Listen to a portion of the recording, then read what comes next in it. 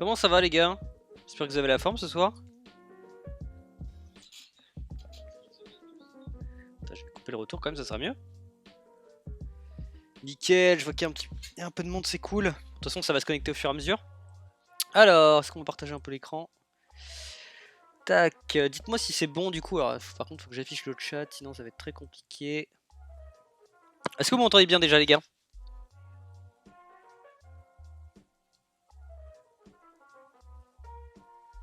Est-ce que c'est ok? Vous me recevez 5 sur 5.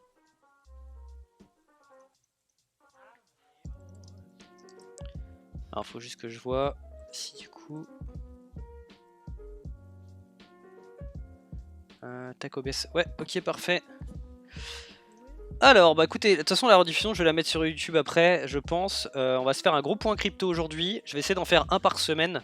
Là de toute façon je suis covidé, donc je vais rester à la maison encore 5-6 jours. Donc là je vais avoir du temps à passer devant les graphiques. Alors, on va se faire un tour vraiment général, vous allez voir. Après je vais vous poser quelques questions aussi. Bah déjà on va commencer par le Bitcoin directement. Alors, où est-ce qu'on en est actuellement?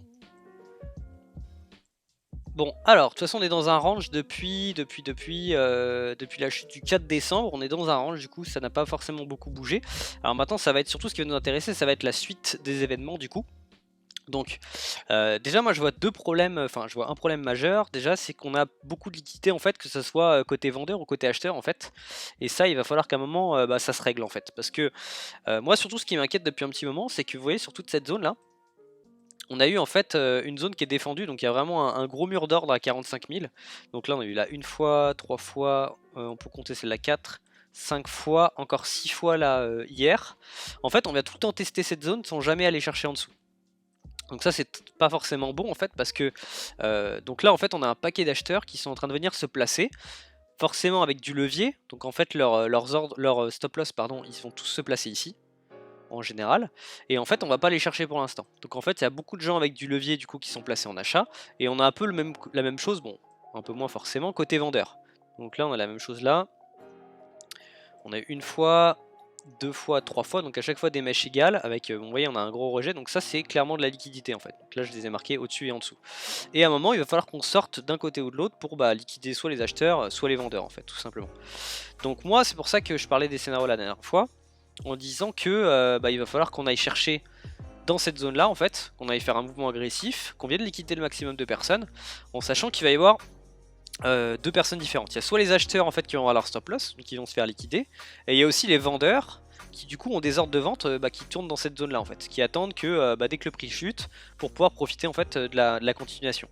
Parce que il y a énormément de gens, moi je reçois de plus en plus de messages tous les jours et c'est ça qui est pour moi un bon signal, c'est ouais je commence à flipper, est-ce que c'est le moment de vendre, est-ce que c'est la fin du bull run, enfin tout ça en fait. On est dans la peur en fait, on est dans l'inquiétude, dans le doute en fait, et ça c'est ce que les institutionnels sont en train de créer en fait, c'est leur but. Ils sont en train de, on va le voir après de toute façon avec plein d'analyses différentes, que les institutionnels sont en train d'accumuler. Donc moi je me fais pas de soucis pour l'instant, c'est juste que sur le court terme par contre on peut avoir des surprises, on peut avoir des manipulations de marché comme on en a eu plein, pour nous faire flipper, continuer à nous faire flipper, nous faire vendre, et à la fin permettre d'avoir le vrai mouvement aussi quoi. Parce que le problème que je vois moi par rapport à ce bull run comparé aux autres, c'est que en fait il y a trop d'effets de levier. Et du coup ça c'est pas forcément bon en fait. Donc voilà, qu'est-ce que je voulais vous montrer du coup? Donc voilà, bon moi le scénario que j'avais de toute façon c'était comme j'avais mis sur le canal, c'est de faire un gros mouvement baissier important, aller juste chercher dans cette zone. Alors par contre je vois mal le prix aller chercher sous la mèche qu'on a eu au 42 000. Ça m'étonnerait quand même beaucoup, mais par contre aller chercher dans cette zone, ouais, vers les idéalement 44 500, ça serait cool. Et en vrai ça pourrait aller très très vite, hein. Ça pourrait être un mouvement baissier, comme ça du coup. Mouvement baissier et hop directement on repart quoi. Juste le temps que le maximum de personnes flip, clôturent leurs ordres, etc. etc. quoi. Voilà, et puis de toute façon, vu comment on est placé et on est en train de faire cette espèce de distribution dans ce range depuis le 29 décembre, je vois mal aller liquider les vendeurs d'abord. Je vois vraiment mal le prix monter, aller liquider tout le monde à 53 000 avant de chuter quoi. Voilà, donc maintenant ce qu'on va aller regarder, c'est du côté de l'analyse wake off en fait, c'est ça qui va m'intéresser. Donc là en fait dans ce range, je vais juste montrer un truc, on va juste aller chercher rapidement sur Google. Donc déjà, est-ce qu'on est dans une distribution? Donc est-ce qu'on est en train de préparer une vente ou pas? Ça c'est la première question. Donc la distrib, en fait, c'est un peu ce genre de schéma qu'on a pu voir par le passé. Donc c'est un peu la manipulation de marché classique pour instaurer une vente, en fait. Donc ça, ce schéma-là, c'est ce qu'on a eu en daily à la chute qu'on avait eu là-haut, en fait. Tac, si j'arrive à dézoomer. Donc c'est ce qu'on avait eu ici, en fait, sur toute cette zone-là. Ça, c'est une grosse distribution de marché. Ok. Je vous laisse regarder 2 secondes ce qu'on a eu et ce qu'on a eu ici, ok. On le voit un peu rapidement avec les 3 plus hauts là, comme ça. Vous voyez cette montée qu'on a eue et cette distribution. Bon là c'est en daily, après ça arrive dans tous les time frames en fait. Ça ensuite on a eu accumulation. Donc ça c'est pareil, je vais vous montrer l'accumulation ensuite ce que c'est. Et là bah, on a eu tendance, ici on a eu redistribution, plus courte mais on a eu une distribution. Et là pour moi on est encore dans une accumulation, clairement. Parce que si je vous montre un petit peu ce schéma là, bon on va se mettre en 4 heures par contre parce que c'est pas sur du très pas sur de la grosse time frame, voilà. On voit, je vais vous montrer, ça va être simple, comme ça on va capter tout de suite, c'est un peu cette tendance baissière là. Ok. Donc là sur une distrib on n'est pas là-dessus. On n'est vraiment pas là-dessus. Par contre si je mets accumulation,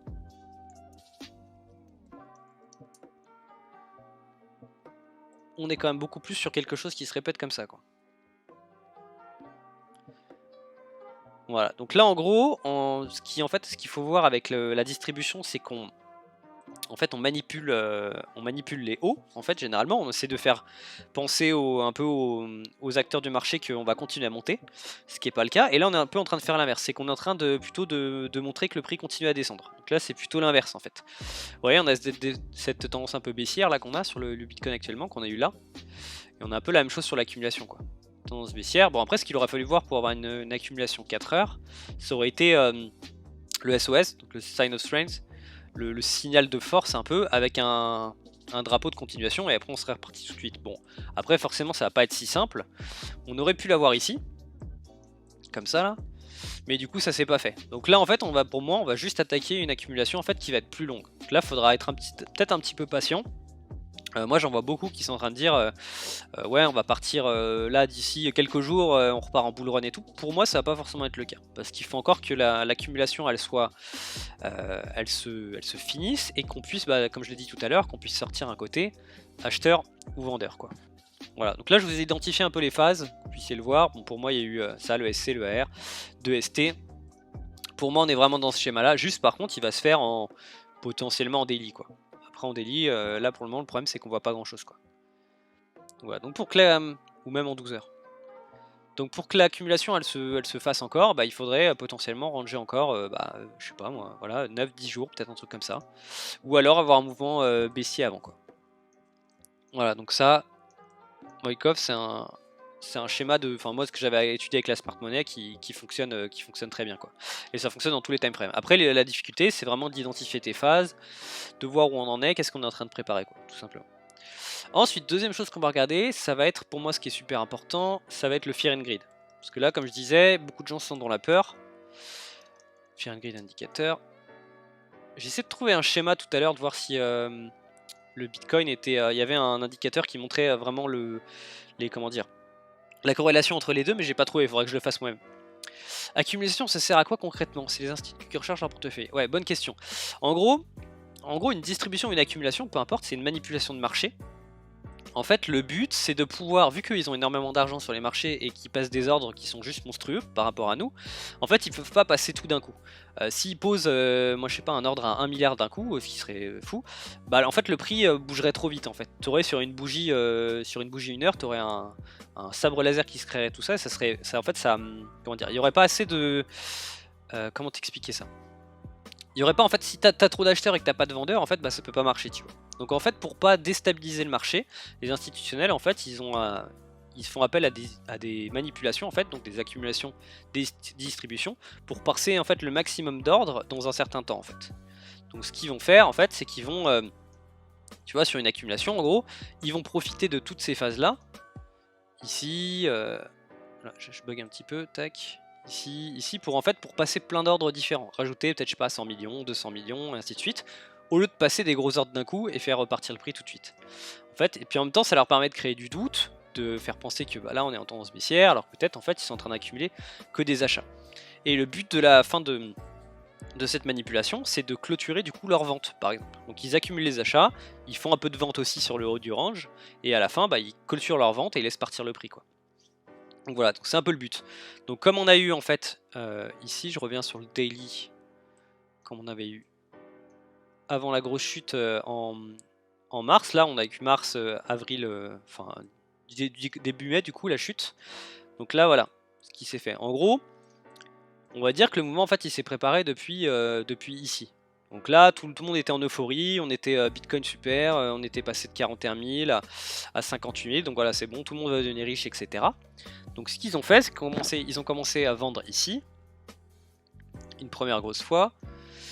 Ensuite ils ont laissé mon prix un peu monter, ils ont encore vendu encore ici une fois, ils ont distribué, en même temps ils ont peut-être un peu racheté là, hein, chaque fois. Ici ils ont encore vendu, ça leur permet de vendre 3 fois, de prendre des profits en fait. Et à la fin en fait ils ont clôturé au fur et à mesure leurs achats, continué à vendre en fait au fur et à mesure, ce qui a fait que le prix ensuite a chuté. Donc ensuite on a perdu de toute façon ce côté là, on est passé côté vendeur, petit retracement pour donner de l'espoir au mec qui se dit bon c'est bon on va repartir à 70 et quelques, et puis après retracement, on retrace dans une certaine zone par ici, et ensuite grosse chute quoi. Donc voilà, ça c'était le principe. Et accumulation même chose quoi, ici pareil, on accumule des ordres d'achat, on fait flipper un peu le monde avec des petites casser le haut etc. Là on fait flipper du monde en clôturant le dernier plus bas là, hop, donc là les gens sont vendeurs. Ensuite on refait repartir, on rechute encore un petit peu en dessous, et ensuite on est parti, on est reparti pour une tendance haussière quoi. Voilà. Je sais pas si ça répond à ta question du coup. Alors attendez, tac. J'ai planté sur TradingView. Alors le Fear and Greed du coup, on va aller chercher. Je l'avais dans mes... Voilà, c'est bon. Donc là où on se situe actuellement, on est en extrême peur à 24 du coup de l'index. Et là on voit que sur les... hier on était à 23, dernière semaine on était à 27, donc on était dans la peur. Et le dernier mois on est carrément tombé vers les 16, 14 je crois, donc en extrême peur. Et on va regarder un petit peu du coup sur le Bitcoin, à quoi ça correspond. Parce que j'ai quand même trouvé un indicateur. Donc le problème c'est que le gars il n'a pas continué après le 20 juillet de 21, mais ça va vous donner une idée en fait. C'est quand même assez cool. Hop, je vais supprimer mes dessins. Donc là vous voyez quand on arrivait dans le début de la distribution, on était, là l'indicateur il est ici là, le FGI. On est monté dans l'extrême grid, donc là c'est vraiment où tout le monde pensait qu'ils allaient devenir riches, hein, on est d'accord. Donc là on était aux alentours des 95, 96, etc. Et on a vraiment rangé dans cette zone là, avec l'extrême...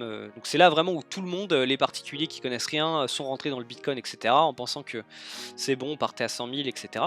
Et c'est là où les institutionnels se sont dit, c'est le moment de distribuer, de vendre aux nouveaux arrivants, aux derniers arrivants en fait, et pour pouvoir profiter de la suite quoi. Donc là ils ont niqué le maximum de personnes, et ensuite on s'est tapé un petit bear market en gros, et on est retourné en phase d'accumulation. Donc là même chose en fait, on a rangé en bas sur le Fear and Greed, entre l'extrême peur et la peur, donc entre les 9 et les 35 pendant un bon petit moment, et ensuite on est reparti. Et là ce qu'on va voir en fait ça va être exactement la même chose. Bon là on pourra pas le voir ici mais c'est l'idée. On a eu aussi cette euphorie en gros quand on a passé là quand on a clôturé au-dessus des 65 000 là en octobre, tout le monde s'est dit bon c'est bon, en plus tous les institutionnels et les journaux étaient en train de dire c'est bon on va à 100 000, 150 000, 200 000 etc. Et là les instituts ont fait exactement la même chose, ils ont distribué le prix aux nouveaux arrivants qui connaissaient pas, qui sont rentrés beaucoup trop tard dans le marché, et puis voilà on s'est tapé la chute quoi. Et là pour moi du coup on va faire exactement la même chose. On a eu un plus creux, alors je crois que là on était à 14 sur cette mèche, donc vraiment l'extrême peur. Et puis là depuis début décembre on est dans la peur et l'extrême peur. Voilà. C'est pour ça que tous les jours je reçois des messages de est-ce que je vends, est-ce que c'est la fin, etc. Et et en fait historiquement si vous regardez, en fait cet indicateur là il vous donne toujours en fait les meilleurs moments pour acheter et pour vendre quoi. Clairement. Donc là même chose, là moi c'est là en fait où j'ai fait mes premiers achats de Bitcoin en gros.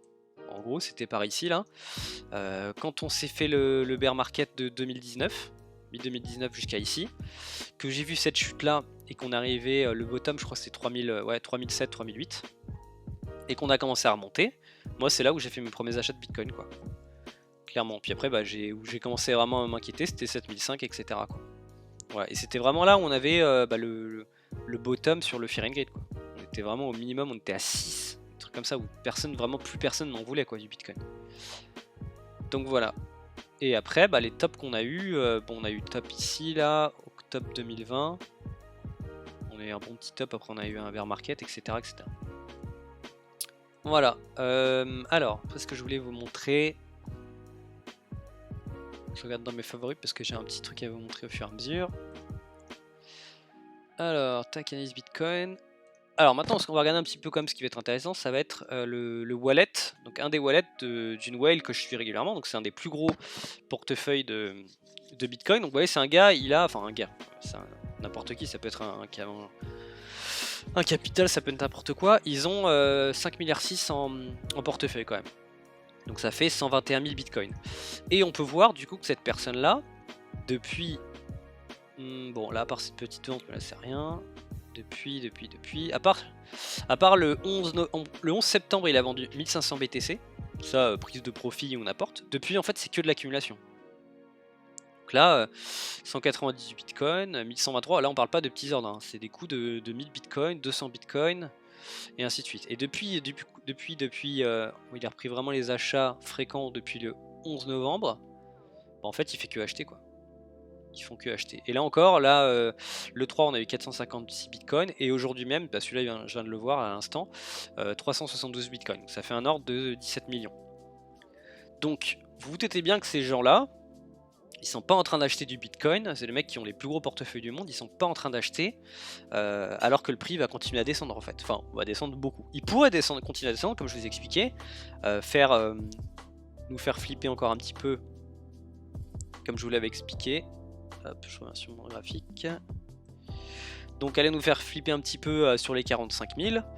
Voire même, vraiment le scénario catastrophe, ça serait d'aller sous cette mèche là. Parce que forcément, vu que ça a été racheté en masse avec des ordres, quand vous voyez une mèche comme ça, c'est clairement ici, il y avait un paquet d'ordres qui étaient accumulés. Que des mecs qui attendaient juste que le prix descende sous des 45 pour acheter. Donc vraiment le scénario catastrophe, ça serait juste une mèche, allez on va dire à 41 000 pour repartir ensuite derrière. Mais là, bon, moi, je vois plus du tout le Bitcoin descendre plus bas que ça, quoi.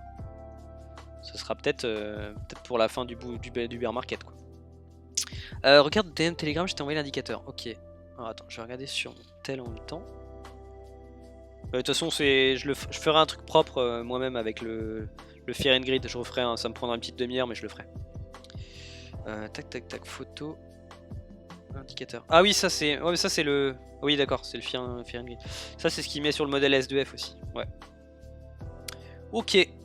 Attends, tac, je retourne sur le truc.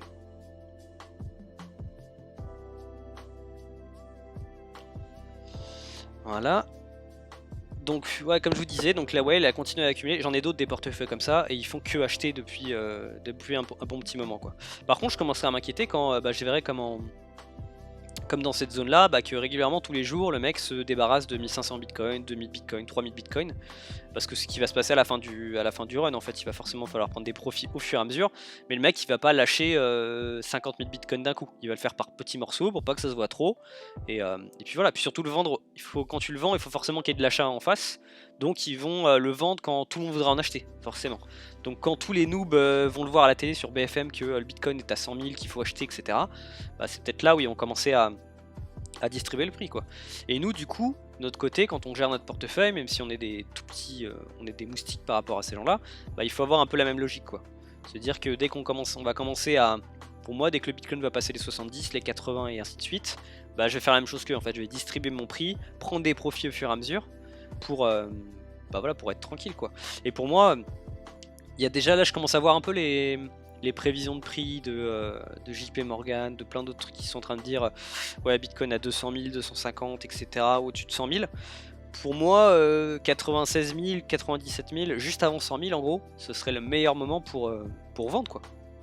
Parce qu'après, en vrai, ils peuvent très bien faire une deuxième feinte, monter à 100 000, avec une tendance haussière assez longue sur l'année, sur 2022.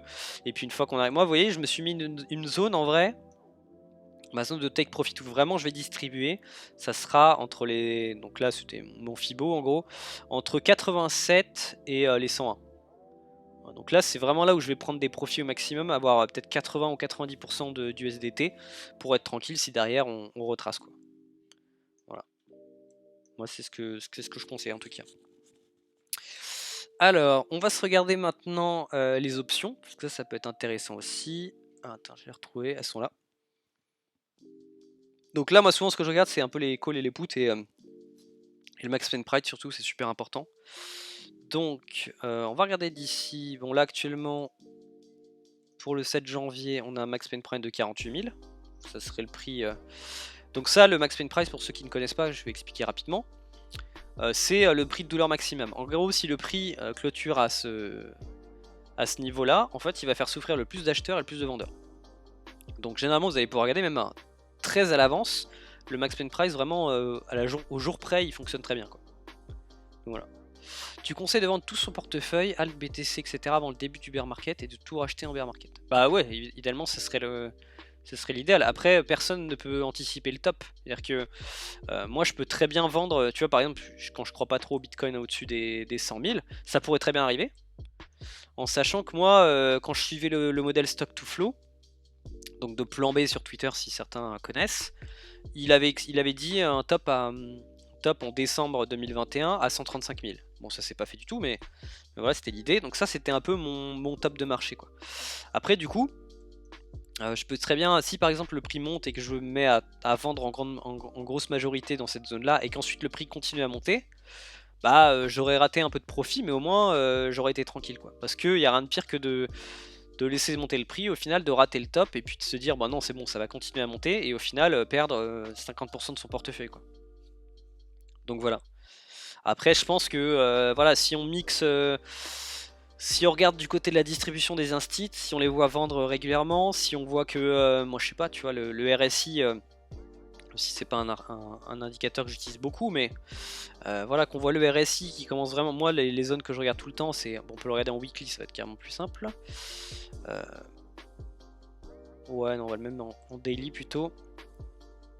Voilà, quand le prix arrive sur des niveaux de RSI à... là, au-dessus de ça, là. En gros, RSI au-dessus de 80 en daily, on pourrait se dire, ouais, bah là, ça va être comme le moment de prendre un peu des profits, même si après, derrière, on a un petit retracement et qu'on peut racheter, quoi. Donc voilà, quoi. Parce que là, le plus gros top qu'on a eu, c'était 89, quoi. 89 au RSI. Après, voilà, c'est de la divergence et tout, quoi. Donc voilà. Perso, ma strat actuelle, c'est de vendre 50% de position quand je suis en x2. Bah ouais, ça c'est un truc que je fais un peu aussi, hein. Quand je fais 100%, je vends toujours minimum 25% de ma position, parfois 50%, puis je réinvestis plus bas sur un retracement ou sur autre chose, quoi. Après ça dépend un peu du coin, quoi. Sur des gros coins, ouais, après sur des altcoins que j'achète en ce moment, qui ont des potentiels à x5 ou à plus, j'attends un peu plus, quoi. J'attends du 200% ou autre qui peuvent se faire.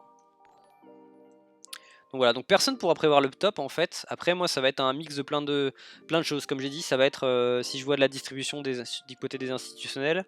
Quand je vois le Fear and Greed vraiment rester très haut, que tout le monde est en extrême euphorie pendant un moment. Quand je vais voir le RSI taper certaines zones. Quand je vais voir bah aussi au niveau des bougies comment ça se passe. Parce qu'on voit une distribution aussi. Voilà, il y a plein de choses qui vont en fait se mettre en place, quoi.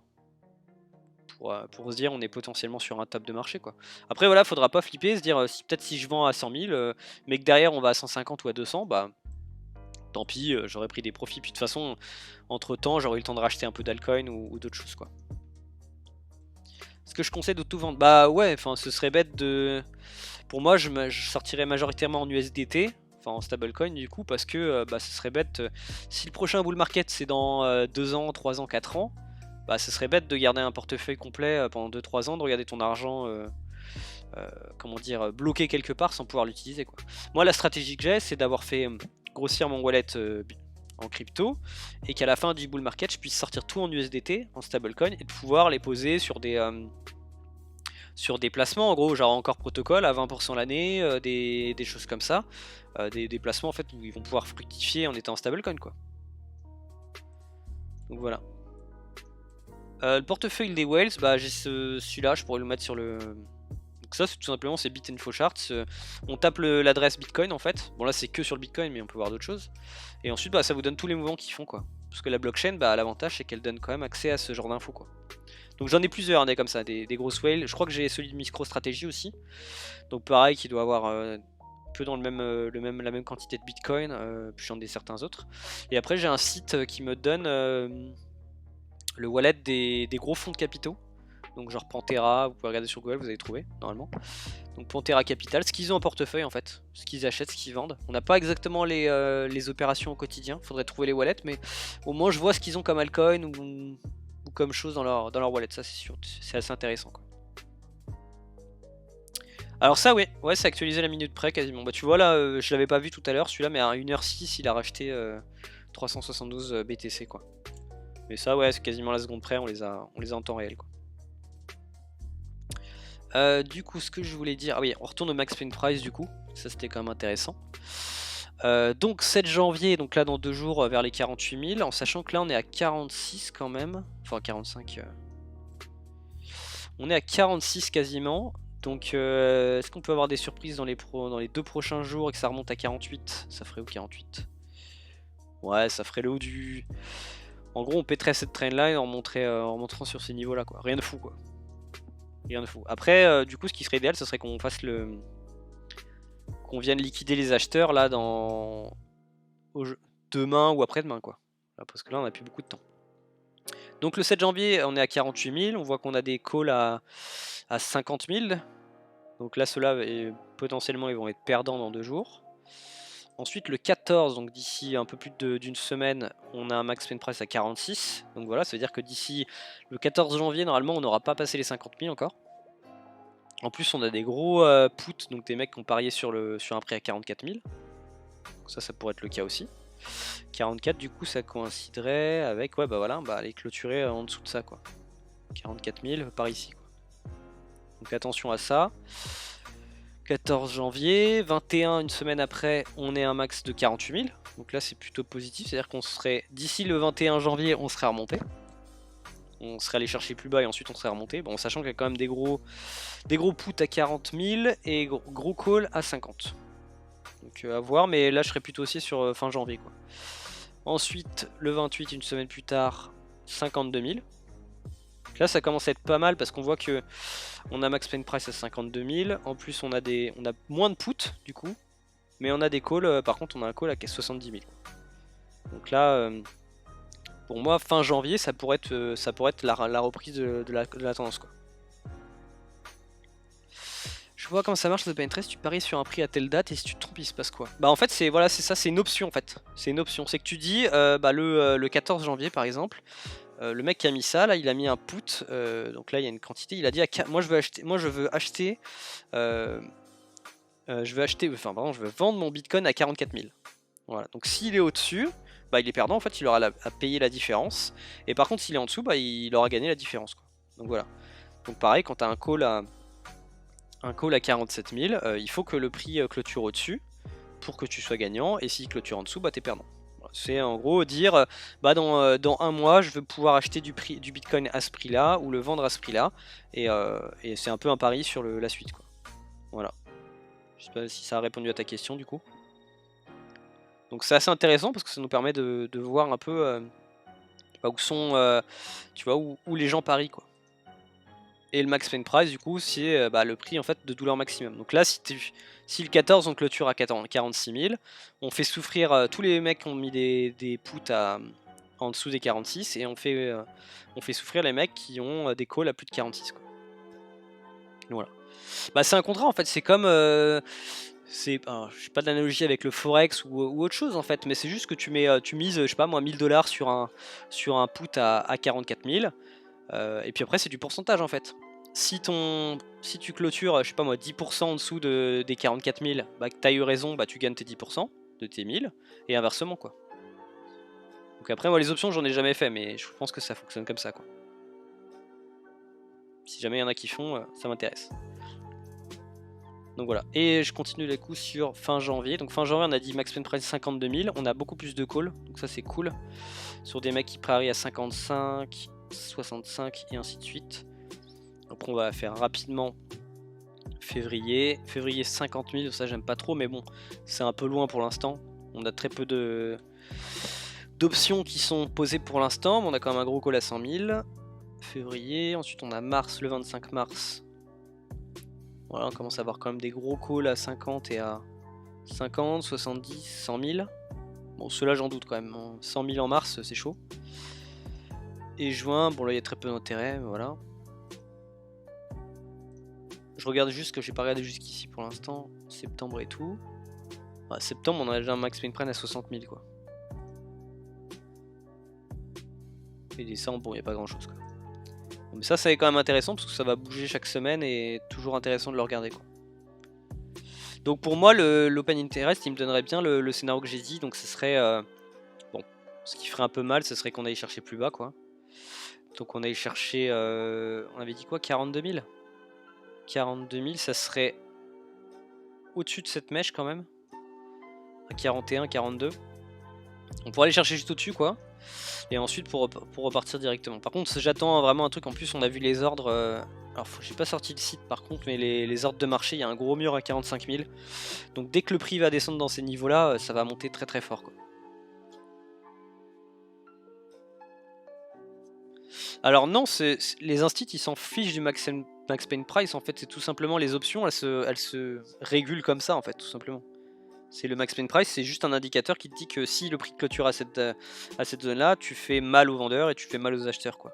Donc après, les institutionnels, en fait, ils font leur manipulation, peu importe. Quand ils relancent un marché, généralement, tu vois, comme je t'expliquais tout à l'heure, tu vois, s'ils vont dans cette zone-là, ils vont vraiment faire mal aux acheteurs dans un premier temps, qui ont tout leur stop dans cette zone-là. Donc les acheteurs vont se faire liquider, commencer à vendre, etc. Et ainsi de suite quand on va remonter. Parce que quand on va remonter, bah, tous les vendeurs qui ont mis leur stop au-dessus et qui ont accumulé des ventes, bah, ils vont se faire clôturer aussi, tu vois. Et au final, bah, ce qui s'est passé comme mouvement entre les deux et que tu clôtures, imaginons, à 49, en ayant fait une chute à 42 et une montée à 54 par exemple, bah t'as explosé les acheteurs, t'as explosé les vendeurs et au final tu clôtures ici, quoi, à 48 par exemple. Donc voilà, mais c'est des bonnes questions, c'est clair. Alors, est-ce que j'ai d'autres à vous montrer? N'hésitez pas si vous avez des questions du coup. Alors, je regarde un petit peu dans mes favoris ce que j'avais à vous montrer. Mais déjà c'est pas mal, on a regardé quand même pas mal de trucs. Et je vous dis de toute façon à la fin je vous donne une petite altcoin à acheter maintenant. Parce que là ce matin j'ai fait une bonne analyse. Là j'ai des très grosses altcoins à acheter avec des très bons potentiels.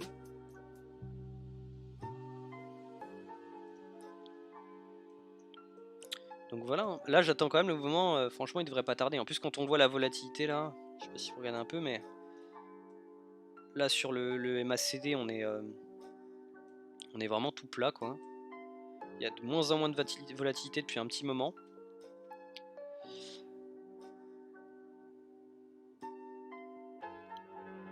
Donc là on est quand même en train de... Ouais, c'est tout plat. En fait là ça prépare un mouvement, quoi. On n'a pas le choix en fait. À un moment il va falloir qu'on...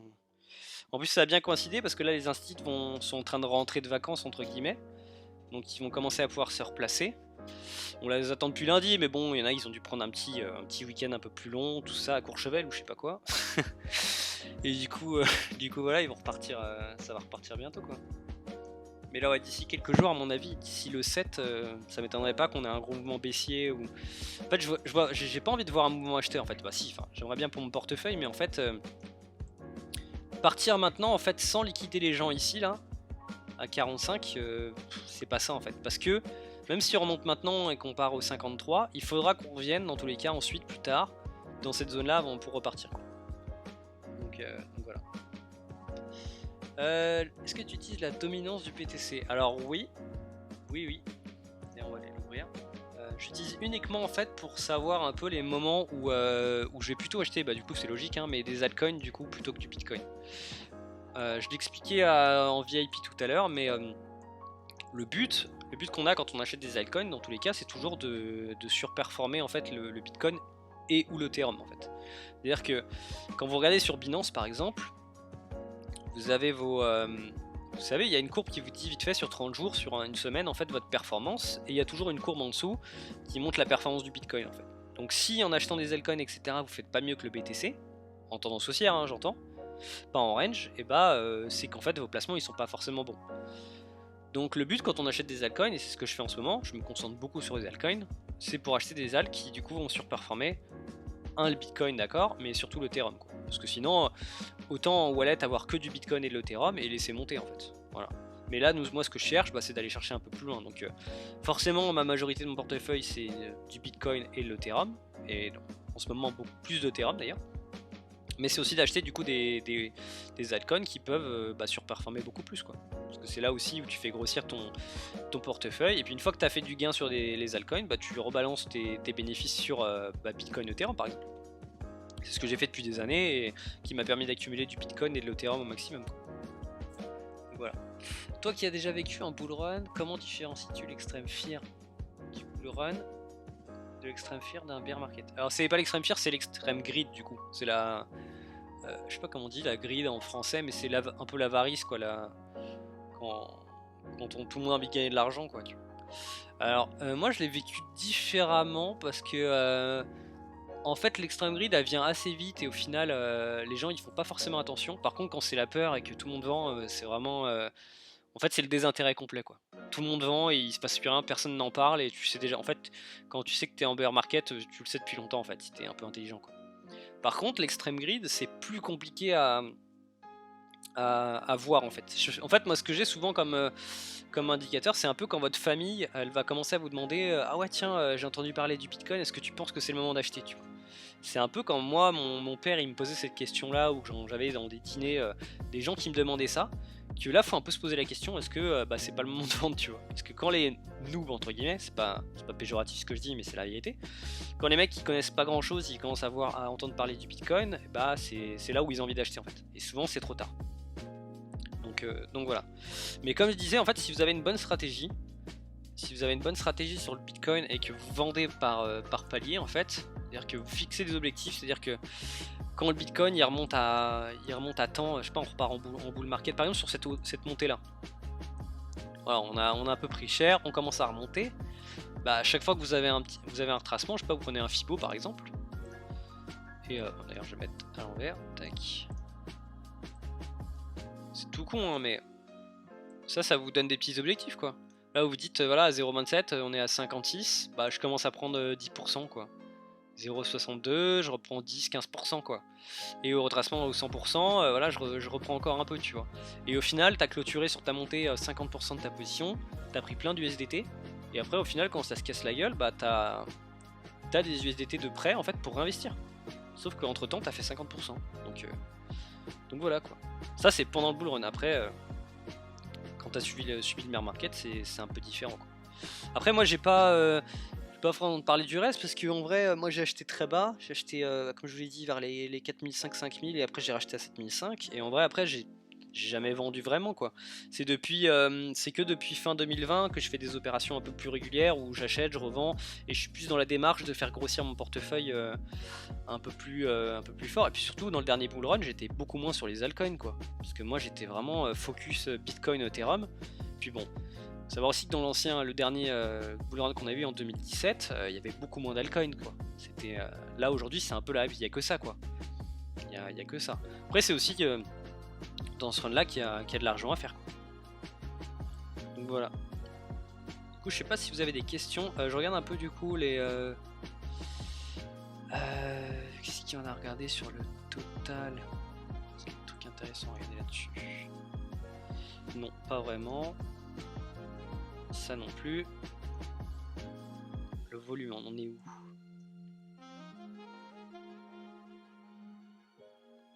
On a vraiment fait un creux de volume là. Donc ça non plus. Est-ce que le DXY j'avais regardé? Est-ce que j'ai jeté un œil? Alors ça aussi, ça c'est assez important. En vrai j'en parlais il y a 2-3 jours.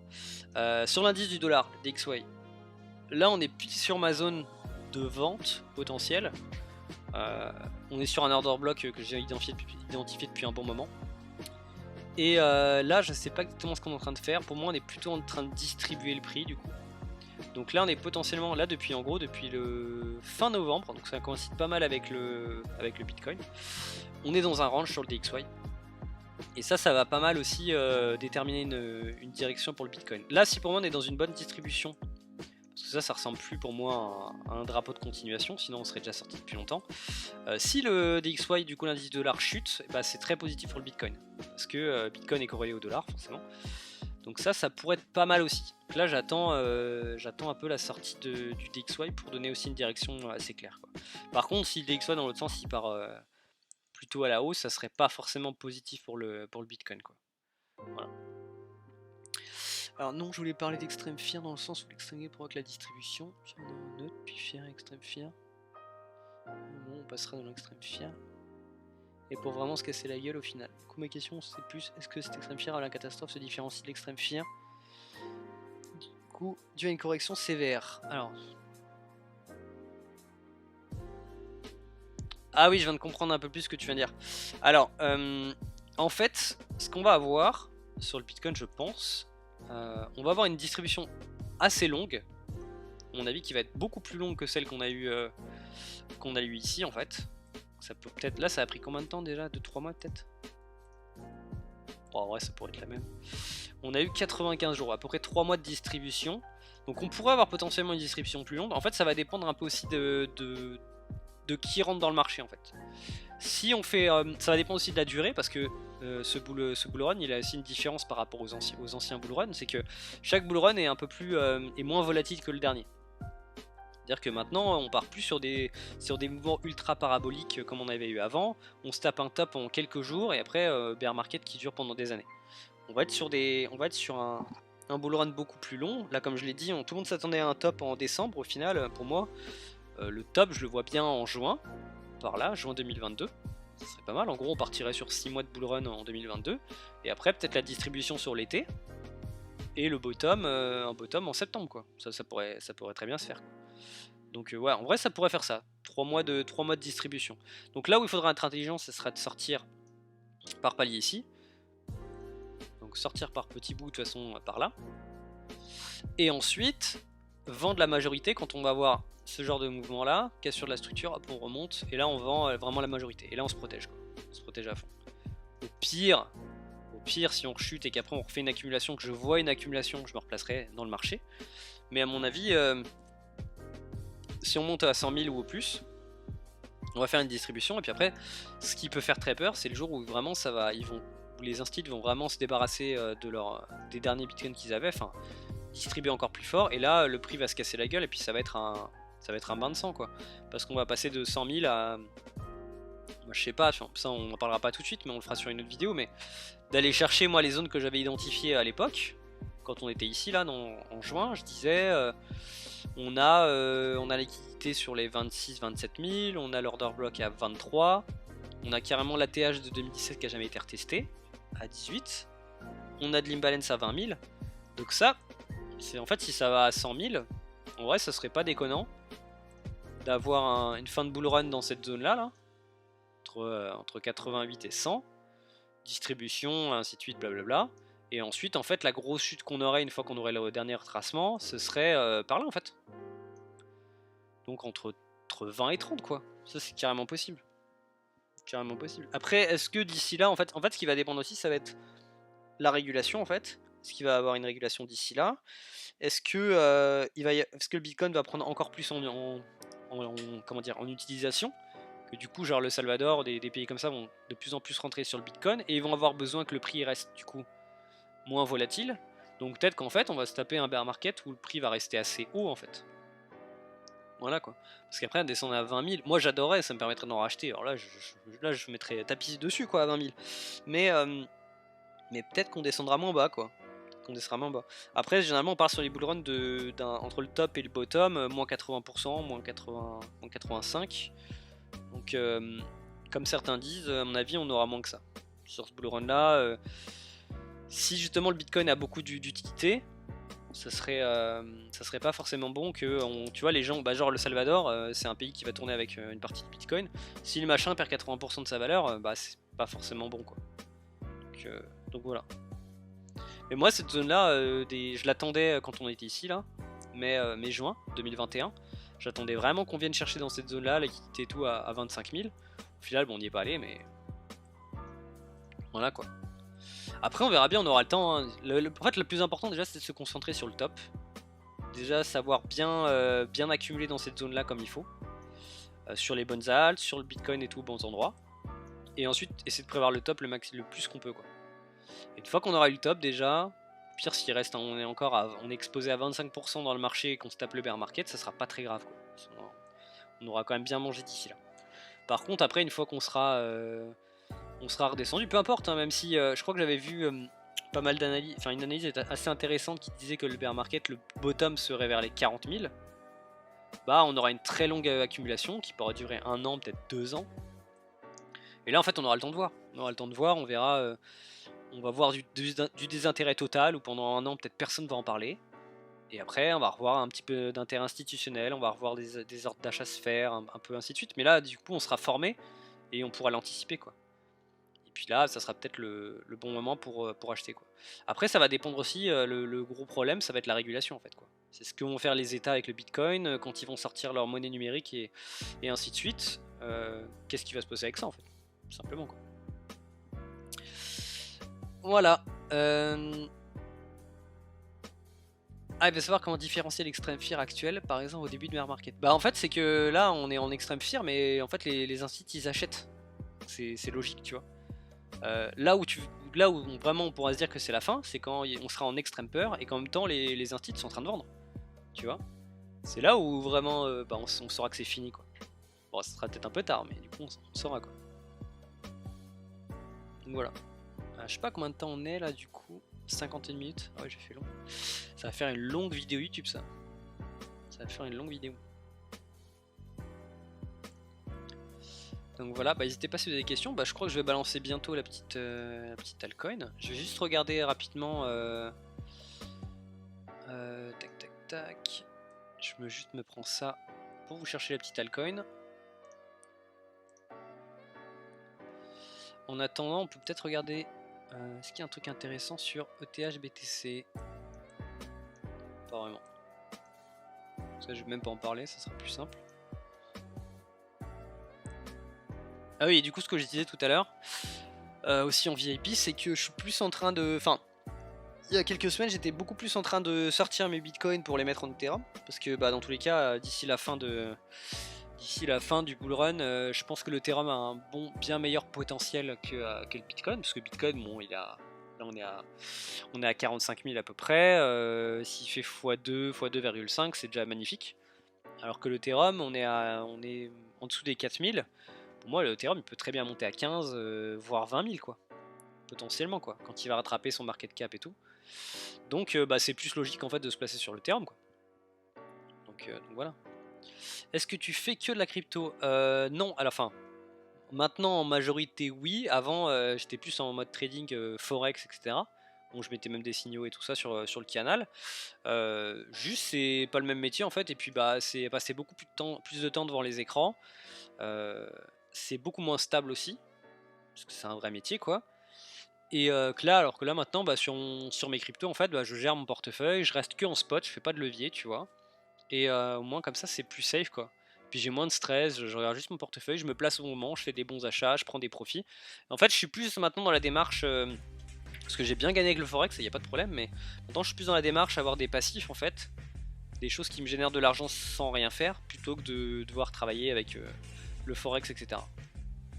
Donc voilà. Après, j'ai pas que de la crypto, j'ai plein de placements différents, je me suis beaucoup diversifié, mais aujourd'hui la crypto, ça reste mon investissement numéro 1, en fait, tout simplement. T'en as qu'une d'alcoin? Alors non, oh là non, j'en ai énormément. Majoritairement j'ai des altcoins plutôt que du bitcoin et des ethereum dans mon wallet.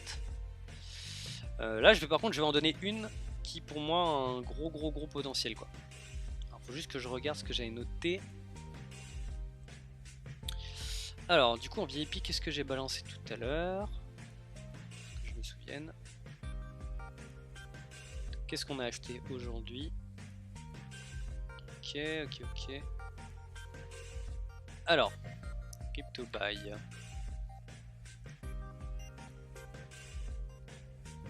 Juste j'ai mon truc à côté, comme ça vous voyez pas forcément la liste complète.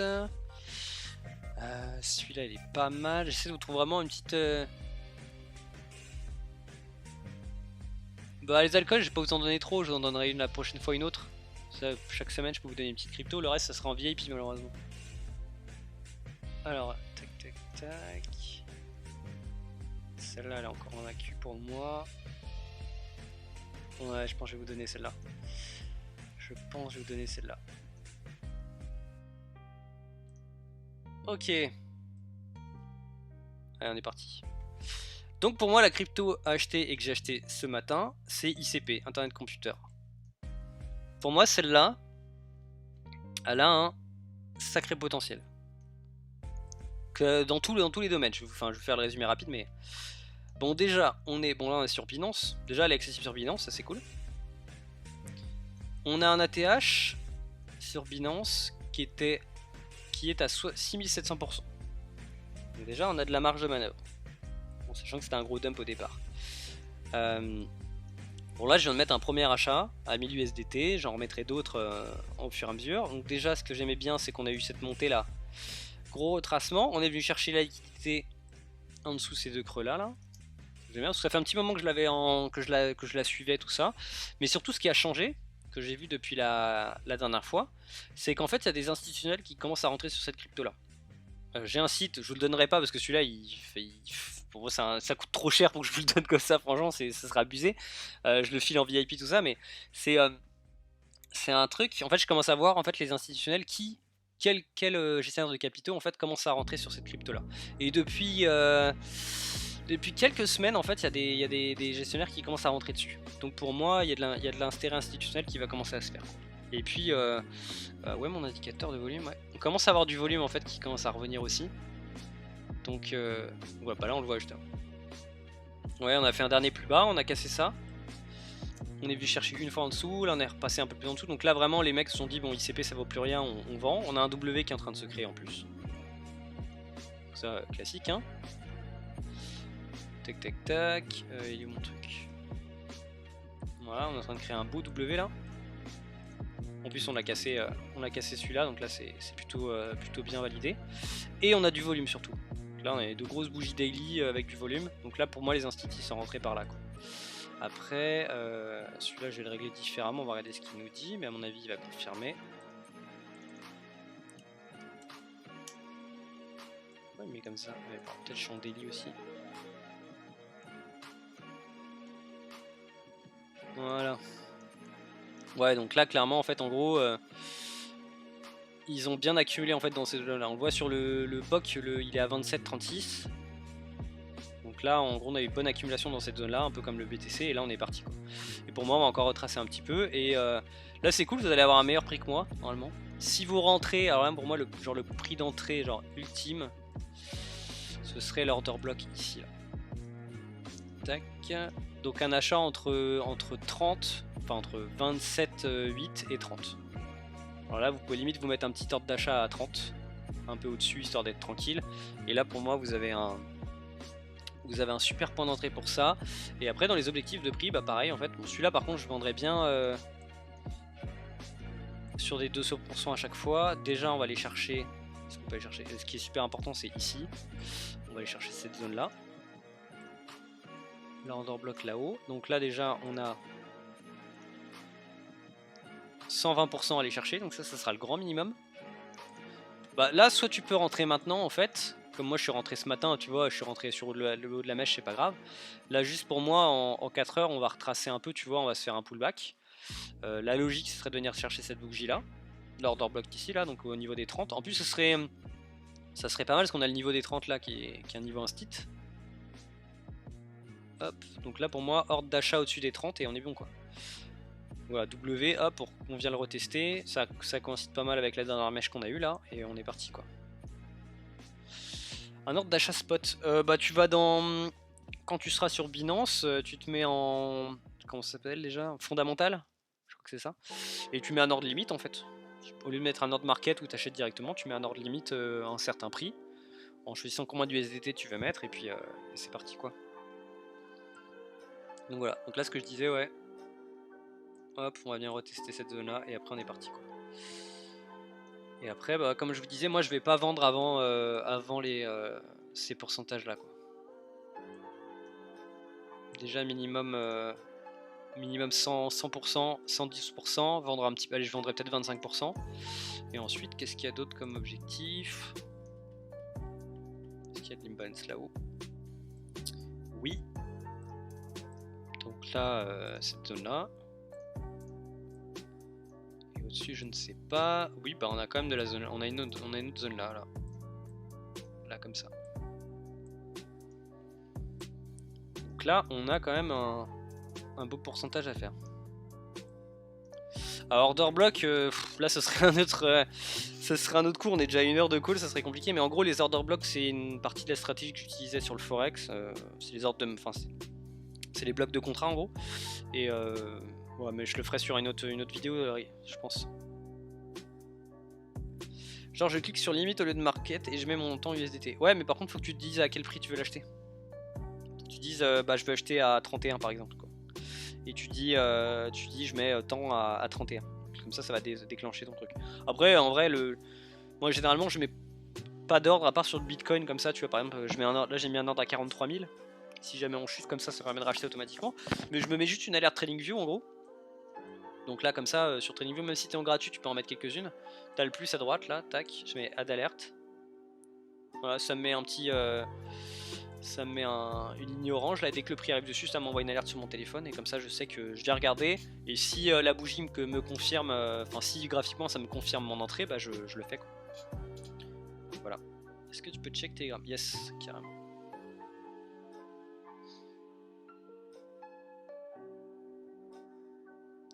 Je vois rien sur Telegram pour l'instant.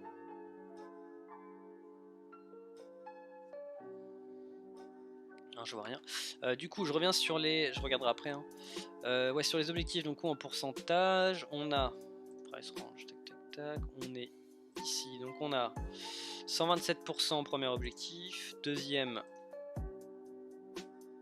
235. Troisième objectif. Ultime, 750%. Donc là, on est à 1 x 7, si ça se fait quoi. Donc là, on est bien. Ça c'est pour ça que je vais pas mettre, c'est une petite crypto, je mets là pour le moment j'ai mis 1% de mon wallet à peu près, peut-être un peu moins, je mettrai, si ça me confirme encore un petit peu, peut-être je rajouterai 1%, 1,5%, je mettrai 2,5% max de mon capital là-dessus. Voilà. Mais ça peut être un beau pari quoi.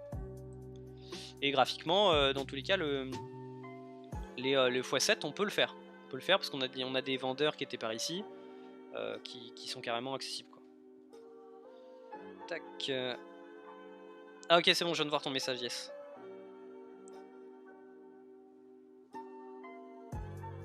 Ok, bah ce que je te conseille de faire du coup si tu maîtrises pas trop les ordres de marché et tout pour pas faire de bêtises, normalement là t'es bon, juste il faut que tu te mettes à 31 $, fais-le en market, clairement mets-toi une alerte, et ou si tu veux être tranquille achète-le maintenant et puis tu passes, de toute façon au pire t'auras raté quelques 10% quoi, c'est pas très grave, c'est pas très grave. Voilà. Après je fais pas de conseils, hein. Moi c'est sur quoi je me suis placé, après vous êtes responsable de ça quoi. Voilà, pour moi ICP, ouais, ICP gros bel achat à faire maintenant, surtout que là comme je vous ai dit il y a beaucoup d'institutionnels. Alors attends, je vais juste vous dire qui est placé dessus. Tac, c'est ICP. Combien? Parce que j'ai vu qu'il y avait du monde. J'ai vu qu'il y avait du monde dessus. En fait ça c'est pas mal de regarder aussi qui est placé sur les cryptos quoi. Parce que si vous avez une crypto vous dites ouais bah ça c'est un super potentiel mais que derrière il n'y a pas d'institutionnel dessus, bah il va pas se passer grand chose quoi. C'est quand même eux qui font bouger le prix. Alors on a deux investisseurs connus, très connus, dont Ryan Zurer,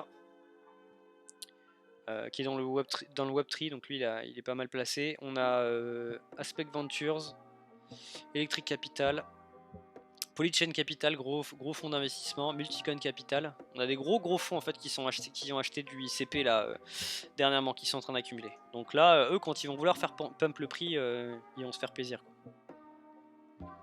Donc voilà. Je regarde. Est-ce que je peux vous donner une petite crypto bonus? Mais par contre, ce sera pas une petite crypto comme ICP, mais je vous en donne une autre qui peut être cool à acheter dans les plus grosses. Alors en VIP, sinon qu'est-ce qu'on a balancé dans les derniers jours? On a acheté Flux il y a quelques jours qui a fait un sacré, qui a fait plus de 100% en fait. Donc Flux, un peu même chose, même analyse que ICP, hein. Enfin institutionnel qui commence à rentrer dessus, graphiquement il était beau, je commençais à voir l'order book se remplir, tout ça, donc c'était intéressant. On a acheté FTM, on a renforcé sur FTM il n'y a pas très longtemps. Bon, il y a quand même quelques jours, donc là c'est un peu tard pour rentrer. Mais FTM, ouais, bien. Donc voilà, là j'en ai une autre aussi. Est-ce que celle-là je...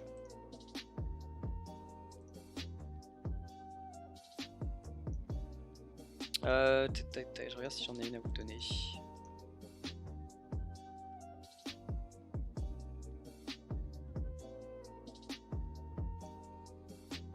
Et après du coup pour les VIP je vais en envoyer, là j'en ai 6. 6 avec des alertes déjà qui sont prêtes. Dès que ça me donne mon signal, je vais pouvoir acheter 4 à 5 nouvelles altcoins avec des bons potentiels aussi. Là c'est minimum du x5 sur chacune. Et c'est pas des petites, c'est pas des shitcoins hein, clairement. Moi j'ai arrêté ce genre de trucs. À part 2 ou 3 qui m'ont mis bien, mais c'est moins ce que je regarde maintenant. Des trucs pas trop connus mais qui ont un bon projet et qui commencent à avoir de l'intérêt institut, il y en a. Faut juste savoir les chercher quoi. Donc voilà. Alors, crypto, pour moi ouais ce serait celle-là hein, clairement. Pour moi VET, celle-là vous avez vraiment intérêt à l'avoir en wallet quoi. Parce que celle-là, depuis franchement plus d'un an que je l'ai, le projet déjà est vraiment top. Si vous regardez un petit peu VeChain à quoi ça sert, c'est vraiment très bien. Et on est dans une grosse accumulation, pareil un gros niveau dessus. Là on est en train de créer un W du coup depuis pas très longtemps là. Donc dès qu'on va clôturer au-dessus des 0,10 40 là, après là ça va être open bar quoi. Ça va être open bar. Donc celui-là je l'ai accumulé en fait depuis un an, je l'achète à chaque fois des niveaux plus bas et tout ça. Et puis voilà quoi. Par contre mes premiers achats ouais c'était c'était mi-2020 quoi. Celui-là ouais VET c'est très intéressant quoi. Et voilà exactement, VET vient de créer son stablecoin, exactement, je l'ai partagé dans le canal. C'est ça, VUSD. Donc pareil, ça bouge bien de leur côté. On n'en parle pas trop encore, ça c'est cool, c'est que ça passe un peu à la trappe pour l'instant, mais pour moi il va partir et il va surprendre tout le monde celui-là. Il va surprendre tout le monde. Puis on commence à avoir un peu de volume, commence. Donc celui-là il pourrait bien suivre quoi. Bah voilà les gars, je vous laisse 2-3 minutes pour si vous avez encore des questions auxquelles vous voulez que je réponde, et puis après on va couper tranquillement, et puis je vais essayer de mettre la rediff sur YouTube, ça sera peut-être un peu long, j'avoue que j'ai fait 1 heure, pour ceux qui vont réécouter ça les fera peut-être un peu chier, mais voilà. Et dites-moi un peu du coup dans le chat là, est-ce que vous êtes plutôt en... Parce que je sais que j'ai eu pas mal de messages de panique les derniers jours là, est-ce que je vends et tout ça. Vous êtes comment du coup? Est-ce que déjà vous êtes en gain sur votre portefeuille? Est-ce que vous êtes plutôt en train de flipper? Est-ce que vous avez confiance? Bon, n'hésitez pas hein.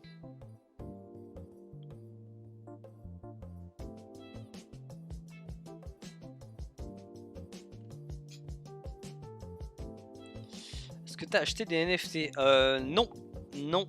Je m'y suis intéressé, j'ai creusé la chose, mais je m'y suis pas mis.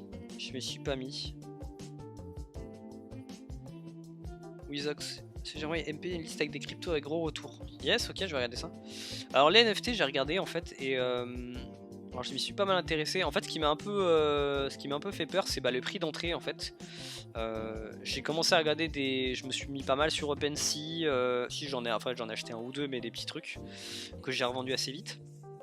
Mais en fait le problème des trucs c'est que quand je regardais les bonnes collections, déjà c'est hors de prix, ça me fait un peu chier de sortir ne serait-ce qu'un ETH, un Ethereum, donc à l'époque c'était 4000 $ pour acheter un truc, un NFT quoi, et potentiellement ne pas avoir retour d'investissement dessus.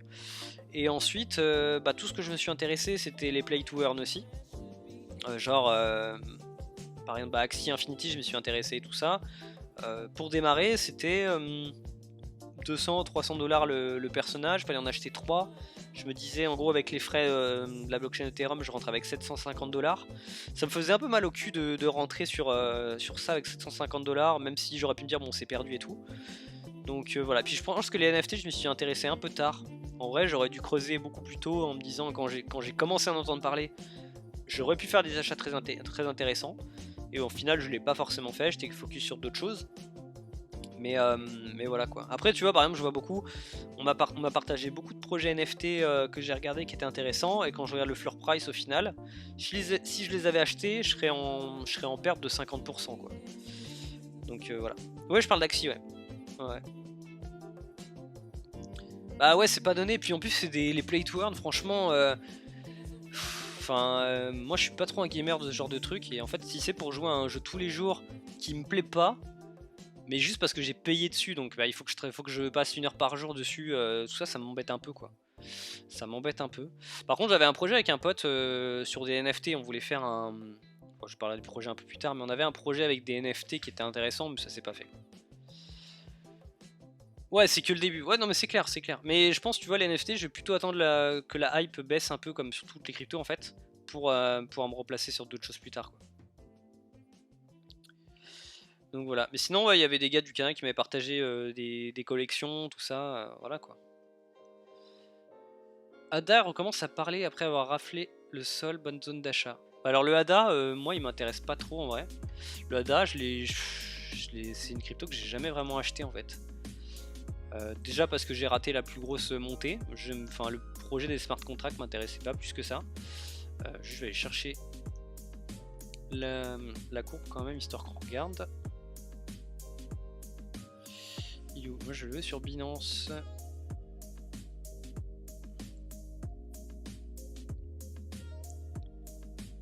Pourquoi il y a un premium? Ah non, j'ai fait de la merde. Ok, Ada. Ada. Déjà il avait fait une belle feinte avec son triangle là, enfin son espèce de consolidation. Ouais. Bah en fait le Ada, moi ce qui me gêne un peu, bon déjà graphiquement oui, bon là oui on est dans une bonne d'achat, mais un peu comme plein de grosses cryptos en fait tu vois.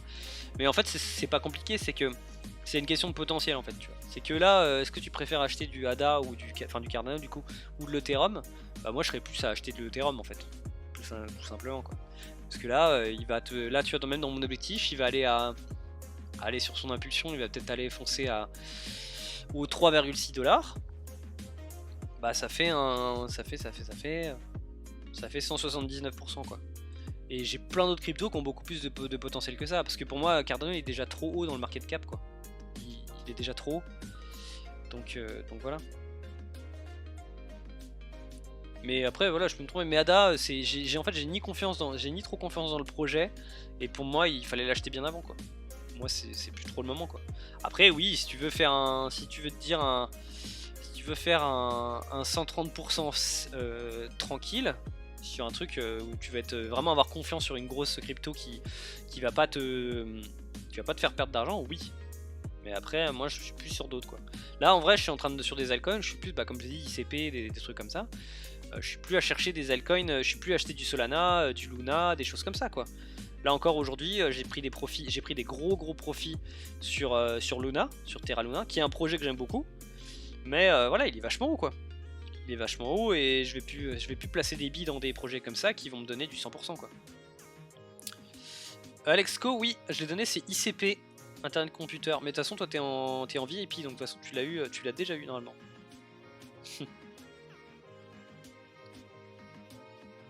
Donc voilà. Je suis pas trop geek, mais ça me hype à mort. Ouais, bah ouais, c'est ça, mais. VET, c'est pas une pépite, mais pour moi, c'est un. VET, c'est un gros projet, quoi.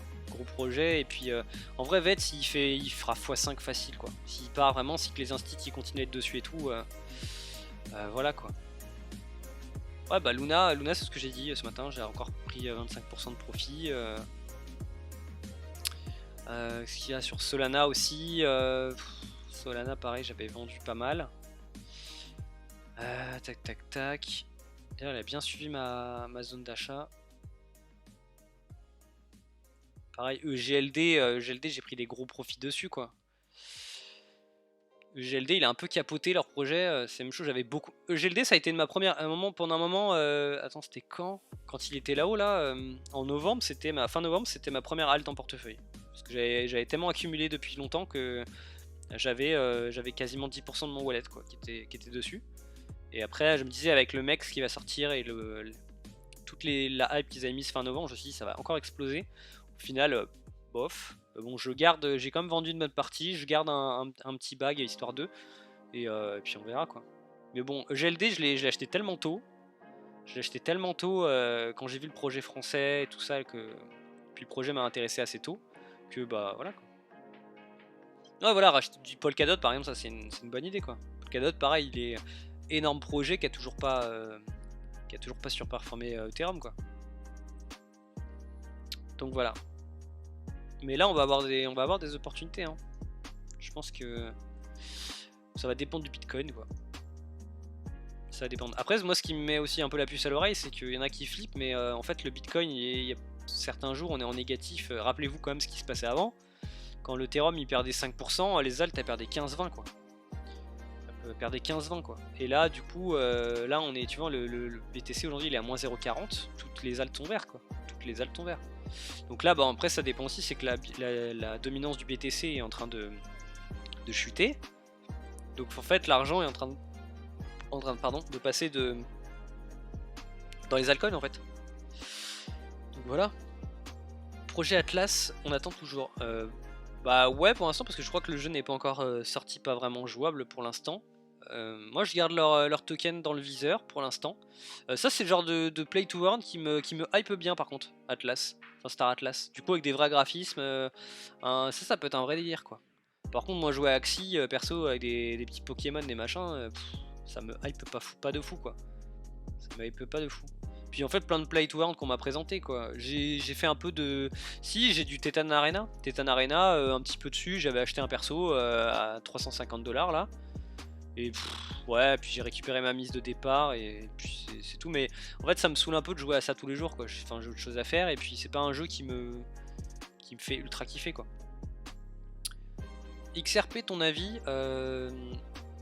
XRP depuis très longtemps dans mon wallet, mais il se passe toujours rien. Enfin, il se passe pas grand chose. On attend toujours le jugement de la SEC quoi. Et puis en fait ils attendent encore un petit moment quoi. Alors je sais plus, j'ai entendu parler d'une deadline un peu là qui parlerait, donc ce sera en 2022, mais à mon avis d'ici en fait j'ai l'impression qu'ils vont pas gérer leur truc d'ici la fin du bullrun quoi. Genre s'ils annoncent que c'est bon avec la SEC mais que c'est en juin sur le top du Bitcoin, ouais bof quoi. Bof. En plus il y a attends c'était qui? Putain j'aurais dû le noter ça.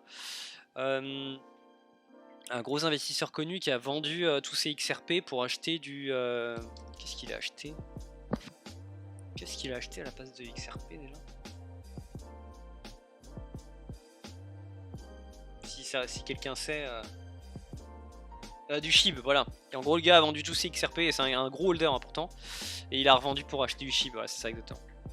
Donc, c'est-à-dire que le mec a plus de confiance sur le SHIB, qui est un shitcoin. Bon, quand même backé par Olympe, mais que en XRP quoi. Donc voilà. Après XRP, moi j'ai quand même un bon back. Puisque j'en ai gardé depuis, j'en ai acheté il y a très longtemps. Le XRP, je crois que c'est une des premières cryptos que j'ai acheté en vrai. Parce que c'était, elle date depuis longtemps quoi. Donc c'est une des premières, je l'ai depuis longtemps, mais voilà, j'ai pris des profits, j'en ai gardé, mais voilà, le XRP, je serais plus à m'en débarrasser en ce moment quoi. Clairement, s'il montait, c'est comme le cake. Le cake par exemple, je l'ai en portefeuille depuis très longtemps. Je suis en stacking sur PancakeSwap depuis plus d'1 an et demi. J'ai un bag énorme dessus. Bon après c'est très cool parce qu'il y avait quand j'ai démarré il y avait 140% à l'année d'APY, c'était top. Le prix est bien monté. On est redescendu, mais le cake c'est pareil, dès qu'il va remonter je vais me séparer de ce shitcoin pour pouvoir acheter des trucs qui ont plus de potentiel quoi, clairement. Et ouais, vendu du XRP pour acheter du SHIB, ouais. Alors, après le gars c'est pas n'importe qui hein, donc s'il le fait c'est qu'il y a une raison quoi. Après en fait c'est toujours pareil, c'est qu'il n'y ait pas de... comment dire, un investisseur il faut pas qu'il soit attaché à pas trop attaché à son actif en fait, on s'en fout. On s'en fout qu'on aime bien XRP, qu'on aime bien le projet ou pas. En fait c'est est-ce qu'il a de l'intérêt, est-ce que c'est intéressant de le garder ou pas quoi.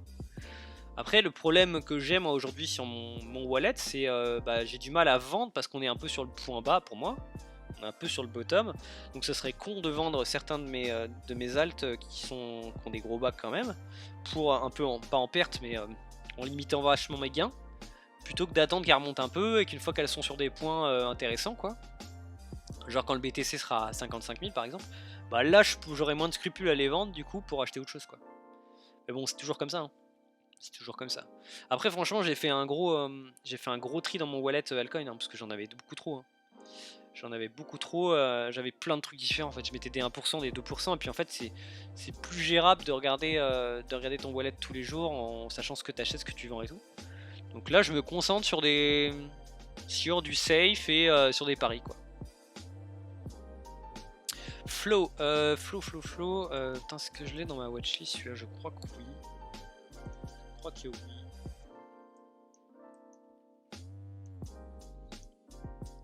Ouais, après Flow c'est un peu comme ICP quoi, il a un... faut voir, en fait faut que sur ce genre de truc faut que t'attendes un peu un vrai signal de retournement quoi, parce que là bon tu vois t'es en tendance baissière, en fait tu pourrais très bien continuer quoi, tu sais tu peux très bien continuer à monter un peu, retracer puis continuer à baisser quoi. Donc voilà, 25-30 altcoins moi, ouais ça fait beaucoup hein, ça fait beaucoup. Alors si tu t'en sors, si t'arrives à te... comment dire, à t'organiser, c'est ok, mais pour moi 25-30 alt j'arrive pas à les suivre en fait, il y en a trop, tu sais prendre des profits et tout, faut regarder les graphiques tous les jours machin, c'est quand même du boulot quoi. Et puis en plus, en fait au final t'es trop diversifié alors qu'en fait tu ferais mieux d'en avoir peut-être 10-15 avec les bons placements et de dire voilà je profite plus de ça quoi. Puis c'est vachement plus simple à gérer quand on a 10, tu vois il y en a une qui monte, tu prends tes profits, tu réinvestis sur une deuxième et ainsi de suite, tu vois en fait ton roulement il est beaucoup plus simple quoi. Après oui il y a des petits paris à faire, moi j'ai des shitcoins vraiment clairement hein. Sur CoinMarketCap des trucs qui sont 4 millièmes ou autres qui m'ont déjà fait des... genre exemple JXS quoi. JXS, genre de shitcoin que personne ne connaît, le truc il se réveille certains jours, il te donne 100% quoi. Il te fait 100%, il redescend, il retrace tranquillement en 15 jours et boum il te refait 100% et ça c'est un truc genre j'ai dû le faire 8 ou 9 fois et au final il m'a payé de fou quoi. Mais ça c'est des shitcoins quoi, des petits paris à faire. Ouais voilà c'est ça, faut pas les vendre à perte quoi. C'est pas les vendre à perte. Mais donc si t'as les bonnes altcoins, de toute façon garde-les, puis quand ça va monter, prends des profits, et par contre tes profits, réinvestis-les sur Ethereum, comme ça tu vois tu fais grossir ton bag, et puis à la fin du bourrel t'auras peut-être fait x2,5 sur tes alts, que tu auras investi sur Ethereum, qui lui-même fera 2,5 ou x3, et au final bah, tu te retrouves avec un gain à la fin de ton bullrun qui est incroyable quoi, si t'arrives à le gérer. Moi c'est l'objectif que j'ai là, sur les VIP, le wallet là c'est un objectif x5 minimum.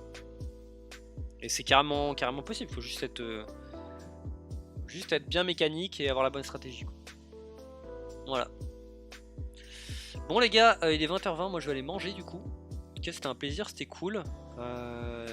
Puis du coup, bah, je mettrai ça sur YouTube, je pense que ça sera cool.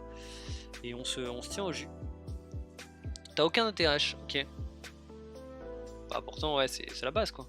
C'est un peu la base. Ça devrait, en fait le Bitcoin Ethereum ça devrait quand même être la plus grosse base de ton wallet quoi.